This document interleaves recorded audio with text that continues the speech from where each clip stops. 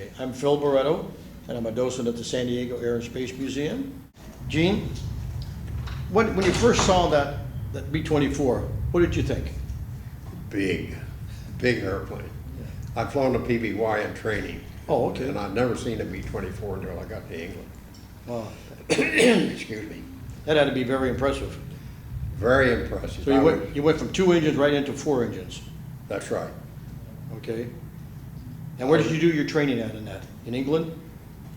Well, I never saw the B-24 until I got to England. I did my training here stateside at Corpus Christi, where I got my wings, and I flew the PBY there, and then again at Jacksonville I had 2 more months flying the PBY. That's the only multi-engine training I've ever done. Okay. Now, you said that you had to be in the Navy, you had to be a pilot and a navigator both. Did you do that training here in the States? Well, the Navy had all pilot navigators. Mm-hmm. They didn't have navigators like the Air Force did. Right. And so we got our navigation training and went through flight school. Well, flight school. Mm-hmm. Okay. How was your first flight in the B-24? My first flight, I wonder if I can remember. I went up with, I guess my first flight in the B-24 was Joe Kennedy. Oh, that's I was interesting. put in his crew as a navigator. And I flew a couple of missions with him, and then I did get moved in the co-pilot spot. And then shortly thereafter, Missions did you fly with him? I had 3 with him. 2 Okay. as his navigator, 1 as his co-pilot. And what were your impressions of him? I liked him. He was a nice man. He was well liked throughout the squadron. I got my plane commander designation. Okay. Now, your first flight as a pilot, plane commander designation, was it search and rescue missions, or what was your first missions? No, my first mission going out and fly patrol. Our job was to keep the German subs out of the channel.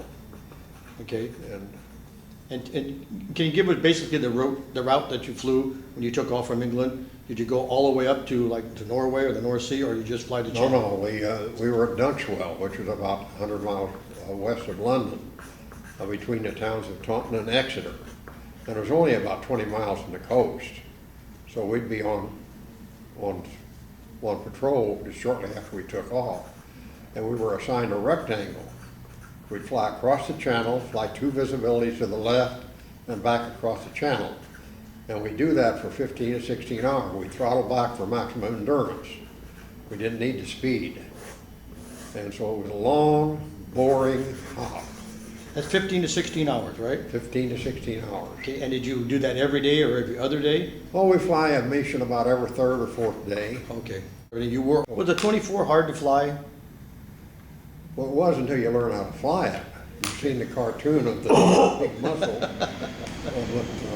As I mentioned to Harold here, you fly it with trim tabs. Once you learn how to fly it, it's not too hard to fly. But yeah, you have to kick it around a lot more than you do on the PB-4Y2.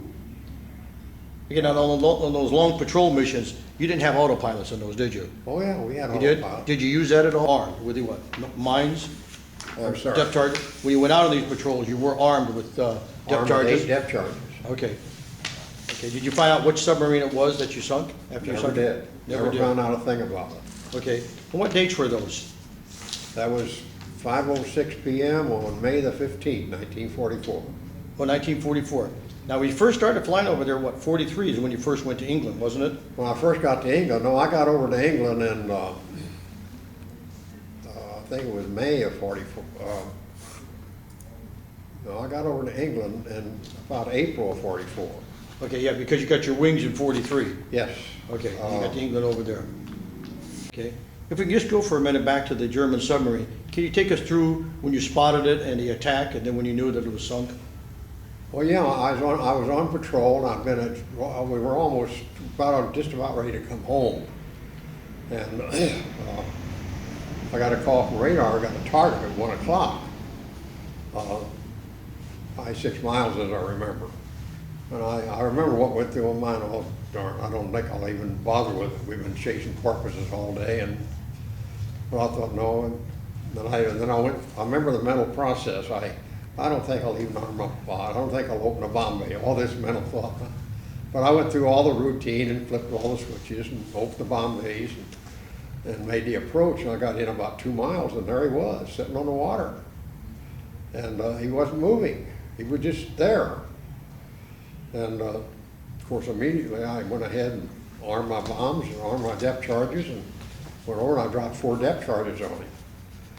And what you have an intervalometer which drops from 1, 2, 3, dropping 50 feet apart. And you pickle it off when you got the button on your wheel that you drop them. So it was a visual drop. Uh-huh. And you go right down over it, 50 feet off the water when you drop them. And the second depth charge come in right beside. I made a tight 270. By the time I come back, I saw his conning tower go under. That was it. It was over. Okay. Okay, where was the location of the sub in relation to England?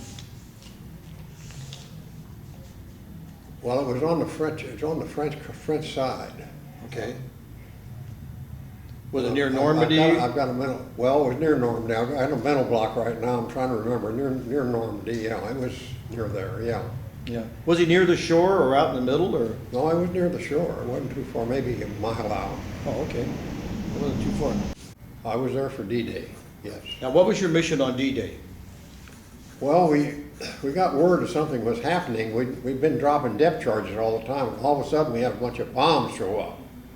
And dropping bombs was a different situation than dropping depth charges, in that the bombs went off on impact. And none of us junior officers had ever dropped a bomb. And they told us how to do it. Said, you got to get up to 500 feet before you drop it. And we go down right on the deck and then pull up to 500 feet and unload the bombs. And our job on D-Day was to bomb behind the lines, which we did. And I came in over. And of course, the channel was so much different on D-Day than it was during the time we were patrolling. When we were patrolling, that channel was virtually empty. But on D-Day, I mean, you could almost step from one boat to the next. There was so much activity in that channel. And so our job on D-Day was bombing. And I flew 6 missions starting about 1 o'clock in the morning that day. I would come back and load up, and everybody was out. The RAF was out. Everybody was out on that day. A lot of planes in the sky, huh? A lot of planes in the sky and a lot of boats in the water. So you flew 6 bombing missions that day? 6 bombing missions that day. And these are all behind the German lines? Behind the lines, yeah. Wow. That had to leave an impression with you, I'm sure. I'm sorry. That had to leave an impression with you, I'm sure. Well, it did. I remember that day. I'll never forget it. Now, what happened after that? You didn't stay over there very long after D-Day. Well, no, we didn't say. Once D-Day was over, well, then our work in the channel was done. Okay. And that's when I got orders from Pacific.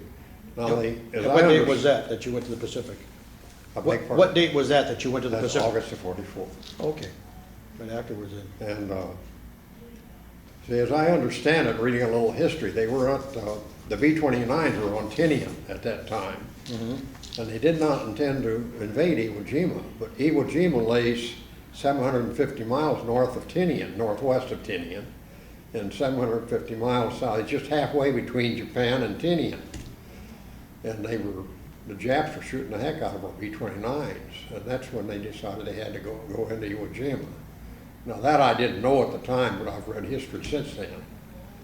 Okay. And I've learned that. Going back to D-Day, did you see any Luftwaffe over there? Any enemy fighters or planes at all? We were never confronted much with that. No, I don't remember seeing any fighters. We didn't have any opposition to speak of. We went to the Pacific. What were your first missions out in the Pacific? First missions on the Pacific, there was a lot of Japanese patrol boats, which were looking like fishing vessels.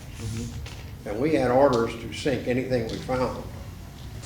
And we were carrying bombs there. And then we sank a lot of Japanese small boats. And when you say a small boat, what are you talking about in size? 65 foot, 100 foot? Well, no, probably 150 feet. They were big, of that size. But they weren't big ships. Right, but pretty decent size though. Yeah, but they were using, Japanese were using those to right back, they sent a lot of CW, you know. Boys didn't go do work very well out there then. We used a lot of CW. Okay. Okay, let's go back to Japan. Now you're over there in Japan, and this was in August of '44, and you're flying patrol missions, or were you flying armed patrol missions like you were in the Channel? Well, no, we weren't flying any patrol missions out there. We'd go out on patrol, yeah. Uh-huh. But we'd go out and just search for anything we could find in the water to sink. Okay. And then, of course, when Iwo Jima came along, we actually took off and went on bombing missions to try to keep the runway out of commission on Iwo Jima. And of course, the Japanese would fix them about as soon as we did it. My first landing on Iwo Jima, right after we took it, I remember I made a low pass over it and it was so full of potholes. I wasn't sure whether it was even safe to land, and I actually went down the runway, and it wasn't a very long runway either, dodging chuck holes. Yeah, that's exciting, isn't it? Oh, yeah, it was. Yeah, what were the differences of the B-24, okay, and the what, B-24 bomber and the B-24, Well, the B-24, the Why? Navy designated as PB-4Y1, and the privateer was a PB-4Y2. right, that was a little bit bigger, wasn't it? A little longer, Yeah. about 5 feet longer, also a little higher horsepower, did not have the turbo superchargers, because Okay. the Navy did not need a high altitude. Right. And, and it was a lot smoother flying airplane than the B-24. It was easier to fly. Was the rudder controls quite a bit different between the two, between the twin rudders and the single? For I would you? say so on the feel of them, yeah. Okay, that was a different It thing. was a much smoother flying airplane. Okay. In your time in the Pacific, what happened after Iwo Jima? Where did you go from there? Well, after Iwo Jima, I didn't come back until December of '45. Okay. And in fact, I had 2 birthdays, I'll tell you that story. But, no, I was still out there. Well, actually, the last month or so, I was in November, December, I was on Wake Island and did hardly any flying. We were just there on standby. We had the airplanes loaded, and that's where I learned to play bridge. We were sleeping in a tent, and Not much else to do. there did very little flying, and hardly ever. We had our airplane loaded to go, but we did virtually no flying. What was your impressions when you first heard that they had dropped a super weapon or an atomic bomb or something like that? Oh, I don't really recall. I don't. I knew the B-29s were down there, and I knew they were doing something, but I didn't really know very much about it. Okay. When you were on Wake over there, did you do any patrol flying at all, or was there very limited flying? Very limited. I don't think I went out over once or twice in 3 or 4 months. We did virtually no flying at all. Okay. Now, after the war, it ended and everything, what, did you stay in the service right along? Did you, had it made up your mind to be a career No, I man? had, in December, I received orders to inactive duty. And I took one of the bombers and returned to San Diego. And I left on, as I remember, around 10:16, I think, p.m., I took off and passed into 1945. And then 2 hours later, at 2 something, I crossed the international date line. I was back December 31st. And that's the reason I say I had 2 birthdays that yeah. year and saw 1946 in twice. And I returned to San Diego and then back to Indiana. And the first thing I did when I got back, I took 2 hours additional instruction and got my instructor's rating. And of course, at the time I came back, I had the highest ISPA rating you can get. I had land and sea, I had all the qualifications. And I was a current pilot at that time. And I hadn't been to school yet, so I went up to Lafayette, Indiana, and went out to the airport and got a job as a flight instructor while I was going to school. And for 2 years I did that, and Purdue gave me a lot of credit for the training I'd received. Okay, when you were doing that training, was that multi-engine training? When you said you went back to school and you were doing training at the No, airport? no, I just singled in light aircraft. Okay. You'd flying the Aeronica and the, Oh, okay. the small aircraft. That's what they had. That had to be a drastic change from what you were Oh, doing. yeah, but it was fun. It's interesting. I needed something. I just needed a job to make money. And of course, I went to school on the GI Bill. And then, of course, in 2 years later, 1940,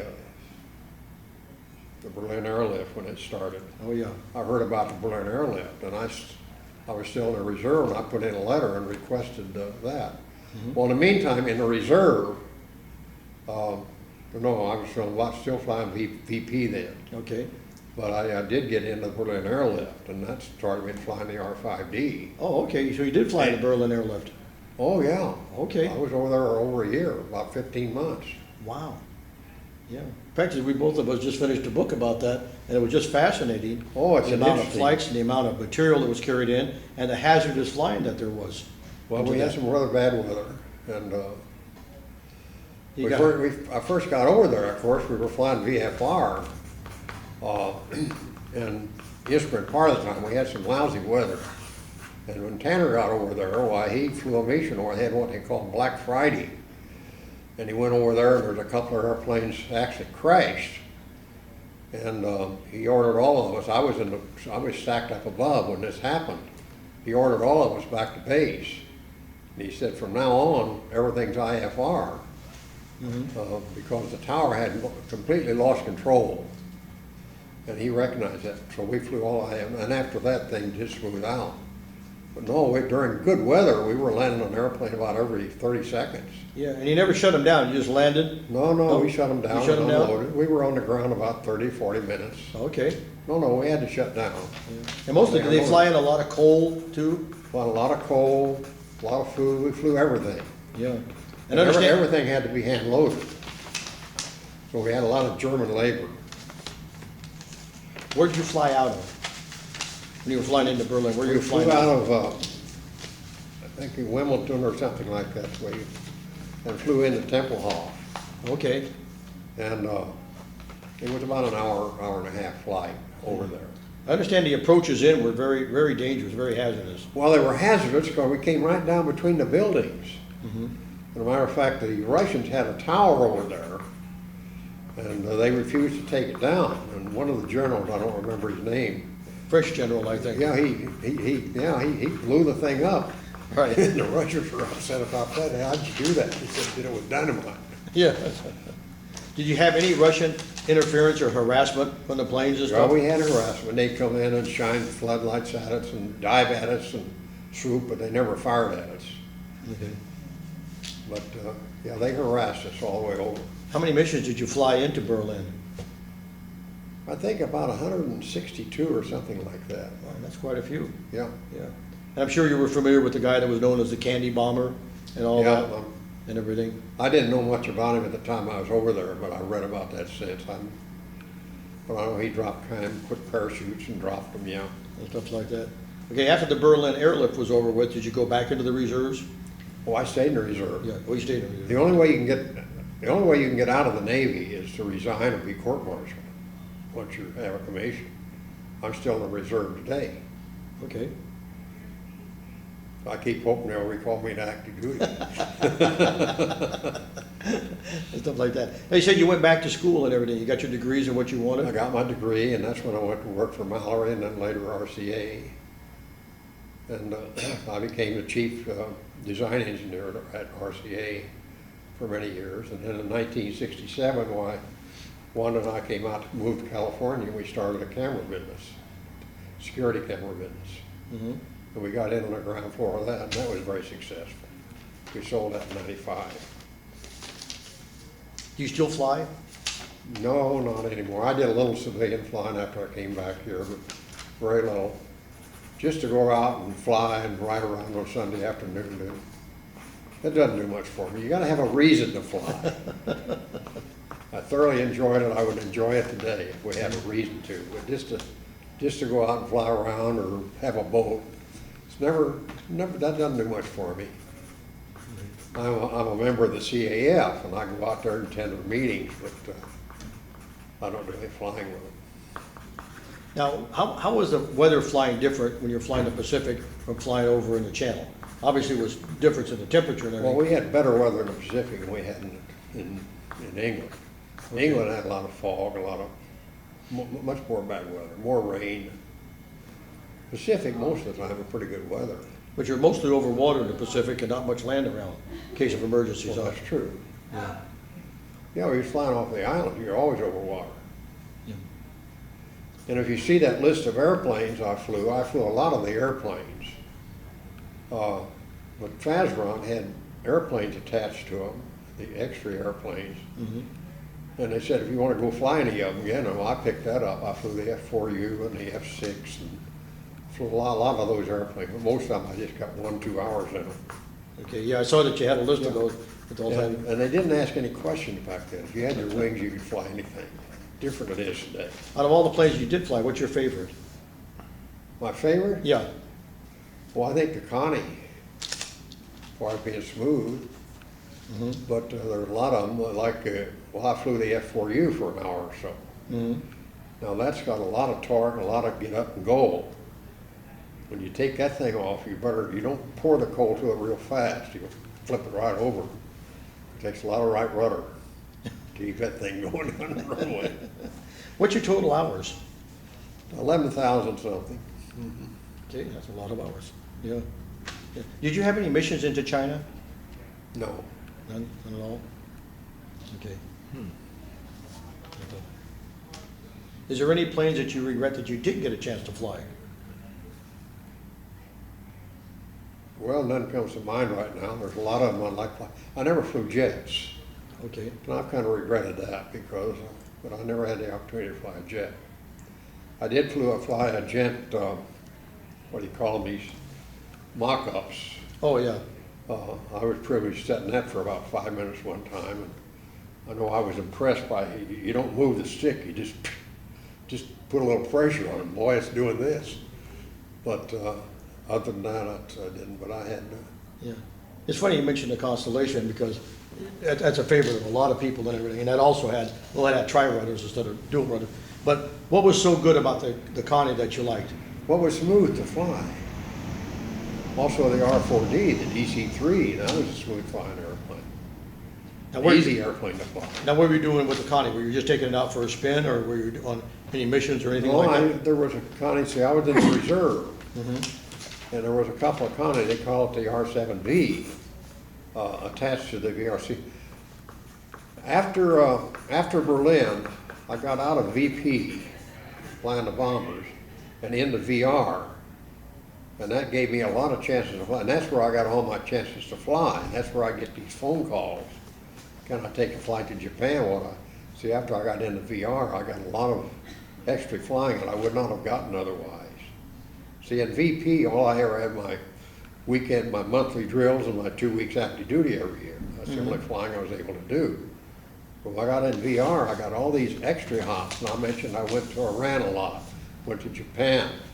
I got pretty much all over the world there because I was privileged with working at RCA. I had a job where I could get away, and they'd let me get away, so I could take these hops when Navy would call. And see, the reserve had money back then, and the regular Navy didn't have Navy. The regular Navy pilots were scratching to get their 4 hours a month in. And the Navy had money, the reserve had money, and the regular Navy didn't have money because the government was trying to build up the reserve. Again, what you were saying, in the right place at the right time. You got that. It seemed like my whole life. Timing was everything. Yeah. They said your flights to Iran, what were those about? Well, we were taking stuff over there. We would load up sometimes as passenger, more often than it was freight.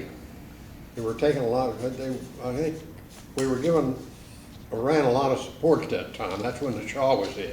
Well, that's when the Shah, what year was that? Well, that was 79. That was up to 79 when the Shah went up. Okay. I never got in there after Ayatollah took over. Okay. My first book with the turnaround was a story about an Iranian terrorist that comes over here and he does some bad things, and then he disappears for 10 years, and when they found him, he's done so many good things, they couldn't prosecute him, and that's the story. And that kind of came about because of my flying and whatnot I did into Iran, and what I learned about the Ayatollah, plus the research I did for that book. But that's my first book that I published. You've had a lot of memorable flights in your lifetime, between the sub and landing in Iwo Jima right afterwards and stuff, and D-Day invasion stuff. Which is the one that is your favorite? That you really remember the most? Joe Kennedy, the sinking of the sub? Well, I think Joe Kennedy, I suppose sinking the sub would be the one I'll remember being the most memorable, although we sunk a lot of boats out in the Pacific. We sank golly, I don't know, 15, 20 of them. Yeah, that's quite a bit. Yeah, Yeah, because that's why I asked you about the size of those things, because most people think of a fishing boat as about 50 to 60 feet. yeah, well, But these are more than that. yeah, they were more than that. Yeah, Probably they- a couple hundred. Yeah, and they carried a lot of supplies and took a lot of That's what they were infantry doing. on That's and why off. we had orders to sink them, and I'm sure we sank a lot of them we shouldn't have sank, maybe. Which Oh, is, yeah. which is sort of, not quite a tangent, but it's something that's off the normal thing Well, that you is wouldn't a change, associate. and I told you the story a while ago about Terry Yeah. Champlin saying, you need to write a book about that, and it stuck, Yeah, and I spent a lot of time driving those roads up there. I did a lot of research on that book. yeah. Now, in your opinion, being a pilot and everything, flying big aircraft, his bailing out at that time of the night and the weather and all those things, you really don't think he survived, do you? I kind of about decided that, although they say it was not a foolhardy stunt. They say he could have survived. But they've never found out, the only thing they've ever found is $5,800 of old decayed money. And he bailed out with $200,000. So what happened to the rest of the money? Well, there's a number of things. It could have fallen into the sea and been washed out and disappeared. Anything like that? So I kind of come to the conclusion, I don't think he survived. In my book, he did. And your research of him, and if you were drawing a profile of him, he seemed somebody that was knowledgeable about both aircraft and parachuting and operations and stuff like that. He seemed to have a background in that. He wasn't just a guy that came up and this was his first jump or anything. They think so, that's right, because he knew what to ask for. And everything. So he knew something about flying, yeah. And also, he gave them a route to fly at 10,000 feet with the gear down at a certain speed. And so he knew, and that's the only route they could have flown at that altitude safely. So he was knowledgeable about aircraft, flight rules, things like that. Seemed to be, yeah. And the aircraft itself, because he knew the back door opened up, you could get out that way and He so knew forth. about that. Yeah, Now, since that time, they've done a couple of things. Number one, as I understand, after that, you couldn't let the stairway down in flight anymore. And so as a result of that, they made some changes in that airplane. But they actually reproduced, some people say, well, he couldn't have jumped out because the stairway was, but they demonstrated first of all, they let a man go down with a safety rope on him, and sure enough, the stairway was up in the airstream, but then as he waited, when it went down, and he could have jumped out. And then they actually dropped the 200-pound bag, and that's when the pilot determined exactly where he jumped, because the little airplane did a dip. And the pilot knew where they were, and that's why they know that he jumped right over Ariel, Washington. So they know the exact spot where he jumped. okay. Going back to your early flight training, when you first joined up and you got your wings, what type of aircraft did you use in training? What were the Navy using at that time? Well, I soloed in a Piper Cub, and then when they sent me to Norman, Oklahoma, I was flying the Stearman. And of course, that's an airplane everybody loves, and I had 110 hours in that. And when I finished there, you were really a pilot, because you could fly that airplane with 110 hours.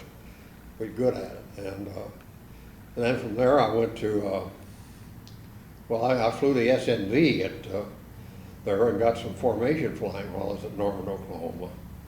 And then they sent me to Corpus Christi for additional training. That's where I got my instrument training. And then I got into PBYs, and then I got my wings. And then they sent me to Jacksonville for another 2 months, and I flew the PBY there. And I loved to fly that airplane. It was the admiral, the prevailing wind was right over the admiral's house, and he had orders, don't come over under 500 feet. And oh, what fun that was to come over his house at 500 feet, chop the power and dive it maybe down. You know, unlike land, ever landing on water was a perfect landing, because you can just set that thing down and just scoot it in. So every landing was a perfect landing on water. And of course that PBY was slow and everything, but it was a fun airplane. Yeah, and they had long flights in those too, didn't they? I'm sorry. You had long flights in those too, didn't you? You had long flights. I made my first landings in the Bay. I made San Diego while I was at Jacksonville. I made a couple landings in the Bay out here, San Diego. I see you're on writing over here. Okay. What happened at the end of World War II? You were still in the Navy, but you were at Wake Island, right? Well, yeah, they sent me over to Wake Island. We were just there on standby for Okay. anything that might happen.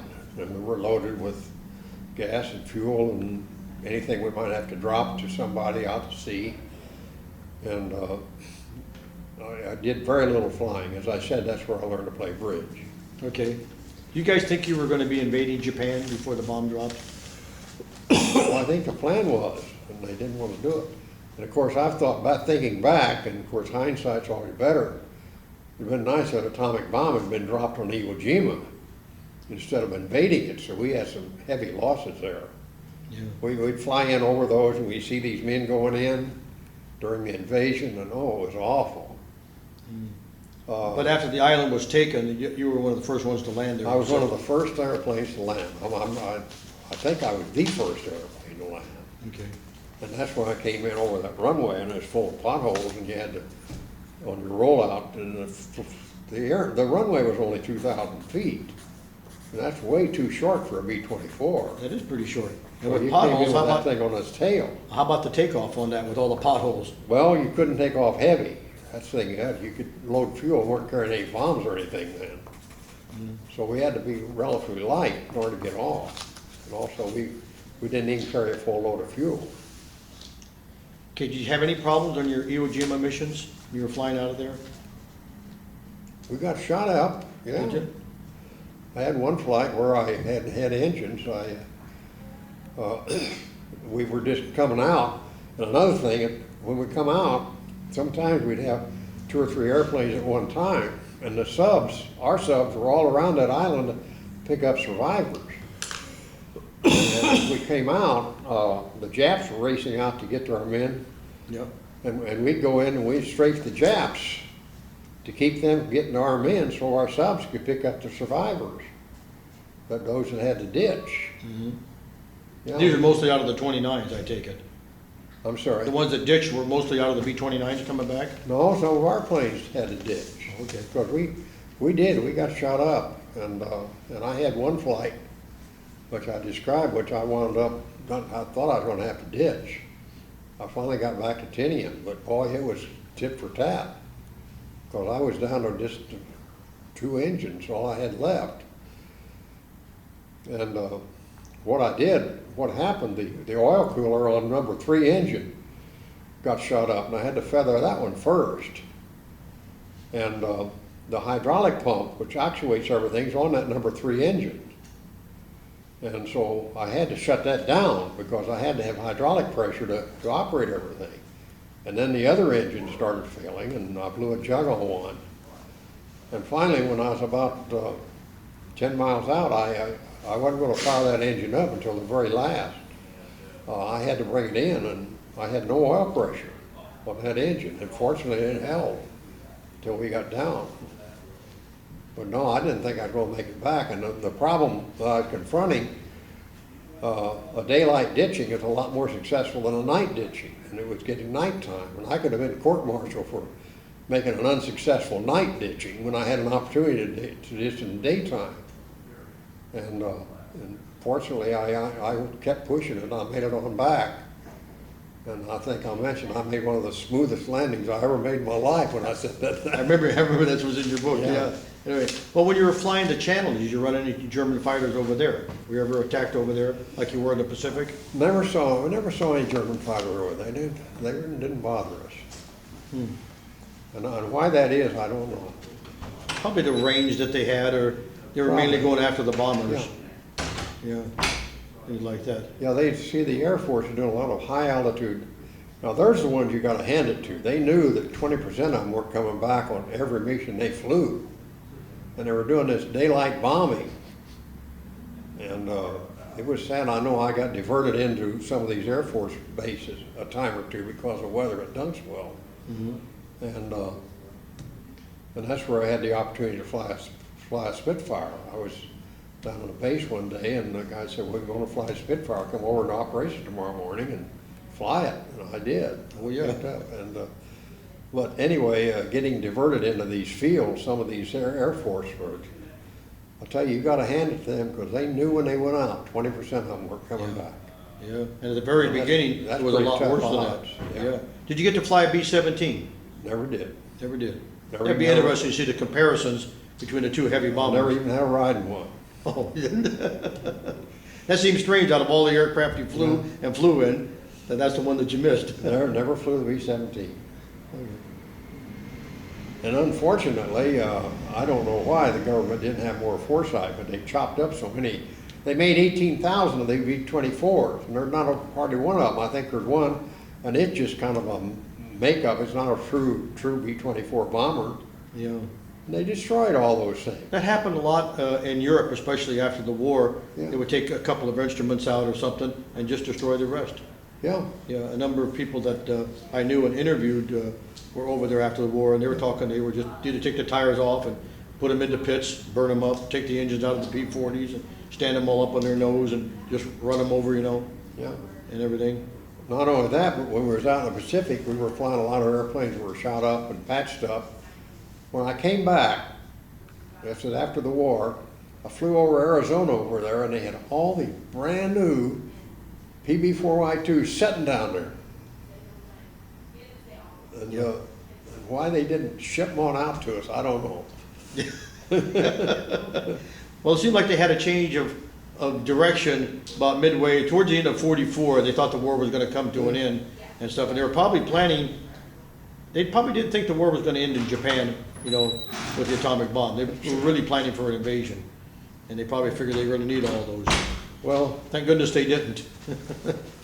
if you go back, and I mentioned this in my memoirs, and look at the 30s, I mean, there was no way the people in the United States were going to get involved in another European war. You remember, it was just one generation since World War I. And of course, there were two major mistakes made that changed the course of the war. Number one, Russia was an ally of Germany, and then Hitler invaded Germany, or invaded Russia, I mean. And the Russians drove him out, and as a result of that, Russia became our ally. The second mistake they made was when Japan bombed Pearl Harbor, because the country, I don't know whether I can make you understand or not, but the people in the United States become totally united.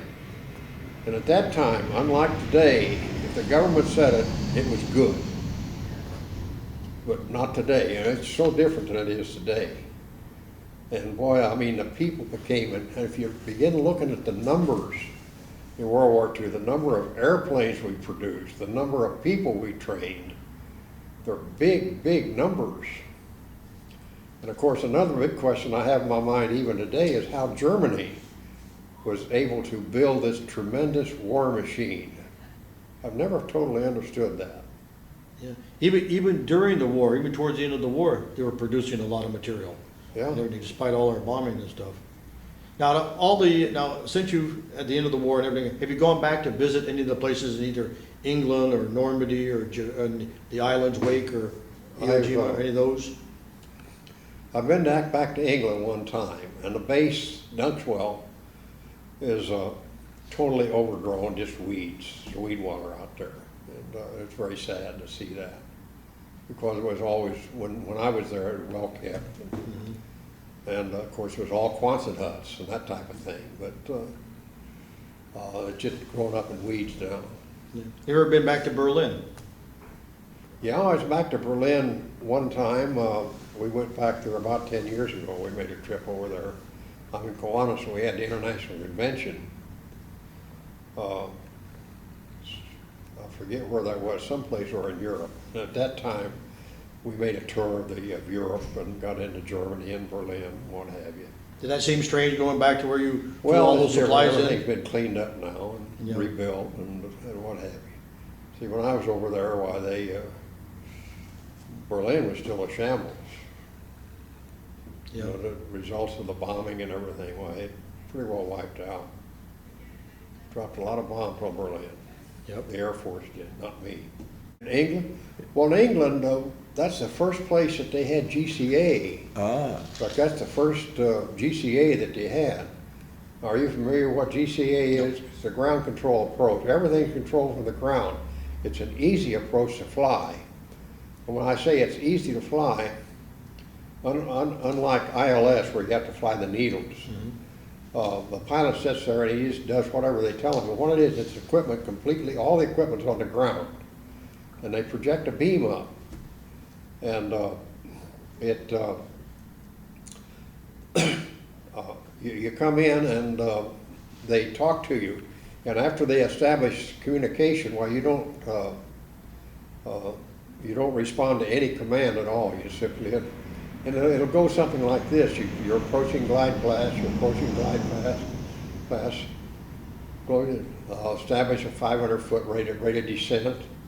You're on glide path, you're on glide path, you're above glide path, you're above glide path, you're on glide path, and all the way down he just keeps talking, never stops talking. And it's a very accurate approach.